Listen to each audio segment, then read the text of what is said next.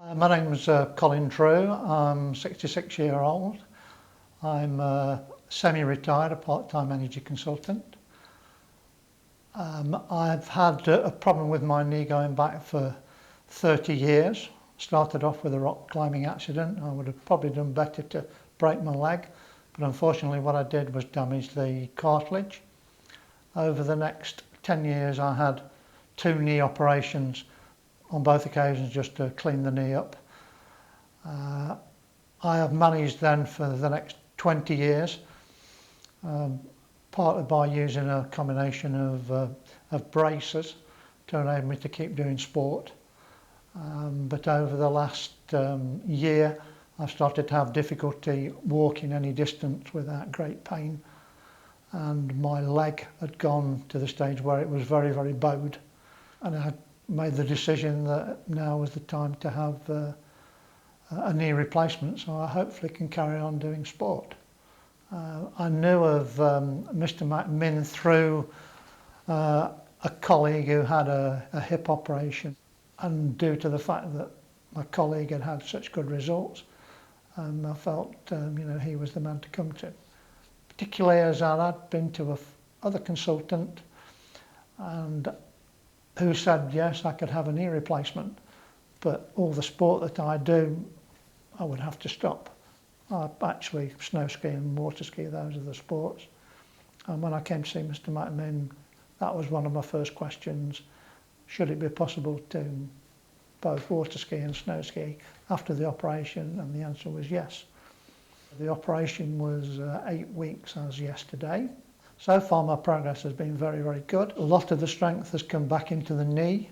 I can now walk certainly for 3 and 4 hours. I can walk up and down stairs now, both up and down without any difficulty. With respect to my water skiing and snow skiing, he sees no reason why I shouldn't be able to do either of them.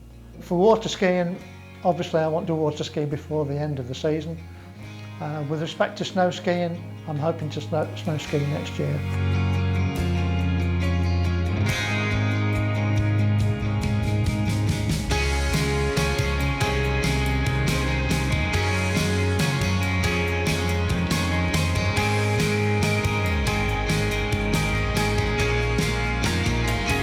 I'm very well pleased. I say inside 5 months I was water skiing again. Inside 9 months I actually went snow skiing again. But obviously I went with great care and great trepidation.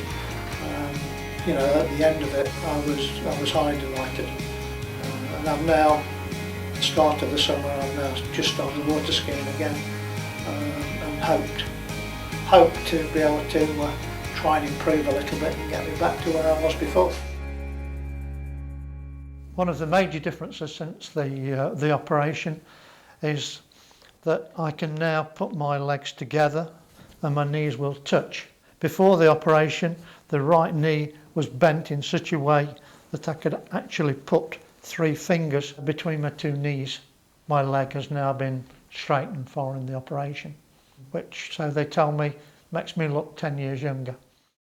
And I asked Mr McMinn, and he said, when you have a hip operation, it was 80% him and 20% the patient to get it back right. He said with a knee it's 50% him and 50% you. So after the operation you've obviously got to put the work in to build the strength to get it back to really where you want it, so it was 50-50. There was just a point that was a little smile. After I had the operation, Mr Chandra came to see me, and he looked at my knee and he said to me, can you remember what Mr McMinn said?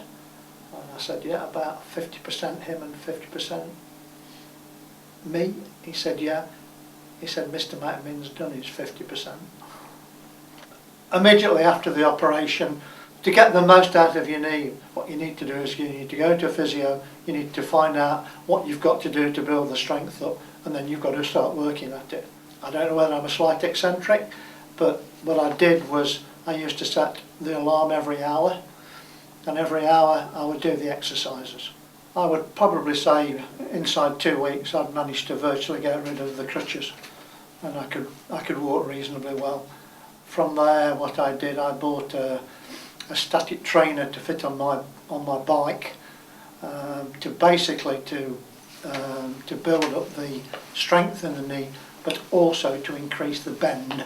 Until 12 months down, I've got virtually the full bending of the knee, the same as the other one, where previously, before the operation, probably if I got 90 degrees, that was all that I could get. So initially it was a combination of static bike, walking, knee exercises to build the strength, which I carried on until September. I was to ski the first time in October. I then went with a little trepidation skiing the first week in January. So it was a sedate ski trip, which was very, very good. And then a fortnight later, I went on a ski trip with the boys, and I could ski with them all day. And you tend to ski for maybe 4 or 5 hours in the day, which is physically a lot more demanding, both on the knees and on the thighs. I mean, now what I don't do is, if I do something, I don't think about my knee, where previously, you know, you would always be concerned about your knee. Since having my knee operation, I have had 2 friends that have now had knee operations, not with Mr McMinn. And to be fair, both of them are fairly happy, but all that they do is walk, which was all they wanted to do. You know, they're my age, but I've not done the physical things that I have. But I have a friend at the moment who is I've snow skied with for many, many years, and water skied, who is getting very, very close to a knee operation. And I'm sure when he does, the person that he will be turning to is Mr McMinn.